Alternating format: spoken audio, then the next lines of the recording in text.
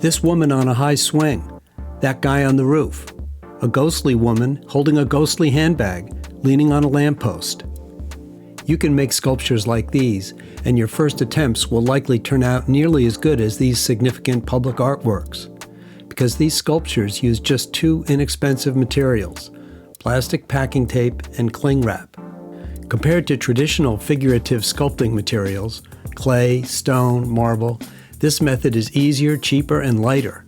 And you can have your first sculpture on the street tomorrow, using materials you probably have in your kitchen.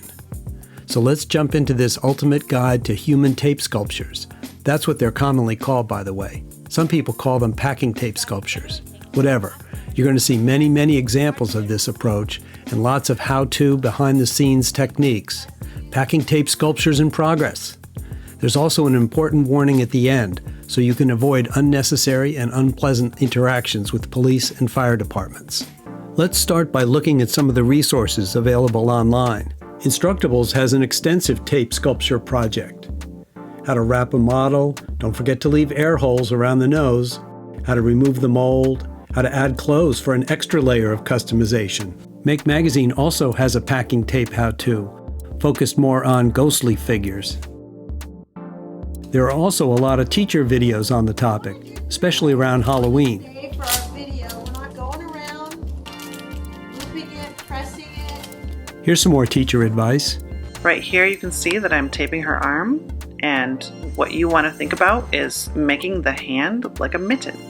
Here's a sculpture student at the University of Indiana explaining and demonstrating how the packing tape technique works. By the way, you can find links to all these videos in the show notes. You can do it yourself, she explains, but it's much easier to do it with a friend. It takes between half an hour and an hour, and it can get pretty uncomfortable standing there wrapped in packaging. Be careful cutting the tape off. But again, easier with a friend. After you cut it off, you have to carefully reconnect the seams and reinforce the weak spots with extra tape. And here's the final product. A few more support layers of tape around the lower legs, and it's good to go. But the #1 packing tape sculpture Svengali is Mark Jenkins. He's the guy who's doing the taping in that clip at the very beginning of the video. Jenkins, who lives outside Washington, D.C., has been developing and refining his packing tape sculptures for more than 20 years, since 2003. His sculptures now show up all over the world, and he frequently conducts workshops in the technique. You get the feeling it's kind of a package deal. Jenkins arrives on campus in his all-black artist's uniform and gets everyone involved and excited about making packing tape sculptures.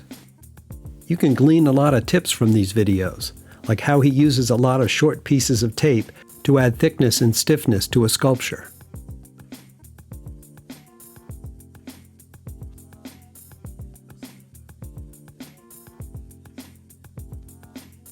Jenkins must be accustomed to being a tape model himself, the way he's patiently reading as he's being taped. Here's Jenkins again, getting cling wrapped. You can see that the students really get the hang of it. They are layering on that plastic. First the cling wrap, then the packing tape, then the short reinforcements. That's a lot of plastic. It looks like you also get good fast with those box cutters and scissors. Here's a packing tape efficiency tip you may notice. Tape a clothesline of packing tape across the studio and add a whole bunch of short strips of packing tape for easy access.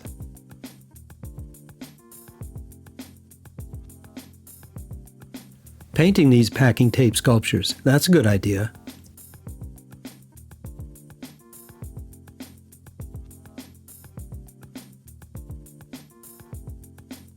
Packing tape enables some adventurous experiments with figurative sculpture, such as combining human forms in unusual ways.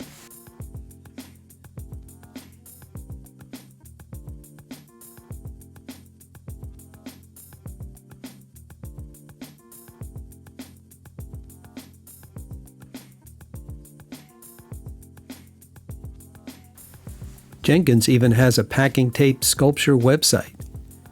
Is that baby blinking? So what can you do with these sculptures once you make them? So glad you asked. This is where Mark Jenkins' career can be instructive. He's a hard-working, inventive SOB who's always trying to squeeze more creativity out of this packing tape medium.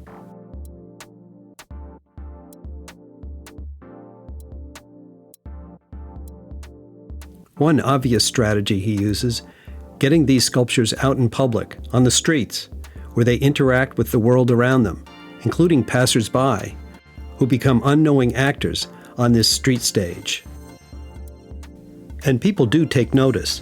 Humans are hardwired to pay attention to other human-like objects, even if they are made from packing tape. Jenkins always captures plenty of these interactions on camera.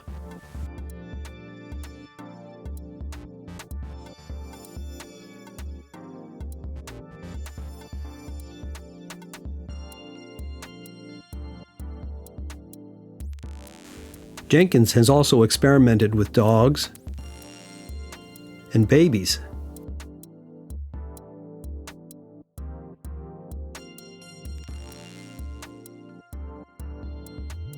But humans are his primary focus. His specialty? People who appear troubled, alienated, lost, or somehow wrong. Lots of wrong in the Jenkins oeuvre. This gives his work that all-important edgy vibe. But before you jump on the Jenkins wrongmobile, here's a warning. Don't push it so far that people start calling the cops. Jenkins likes to push this boundary just to get the attention.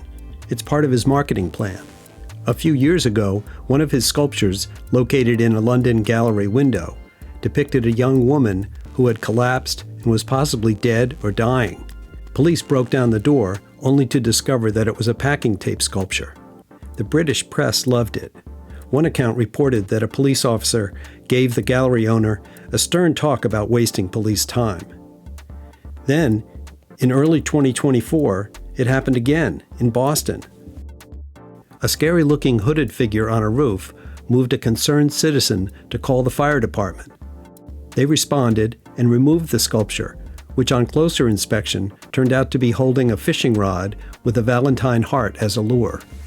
This artistic scare tactic scam works for Jenkins.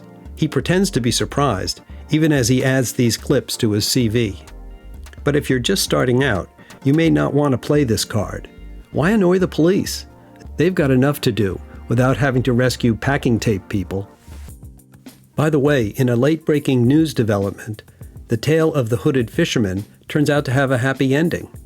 After firefighters returned the sculpture, it was relocated to a much lower roof over an entrance to Macy's, where it happens to work much better. You can really see that the guy is fishing for love. The first time I saw the fisherman in his new location, in the fading light of a late Friday afternoon, he looked like a patron saint, hovering over the many customers who were dropping in on Macy's. Could just the right purchase improve love luck for the weekend? Maybe, with a blessing from the lonely fisherman with the packing tape heart.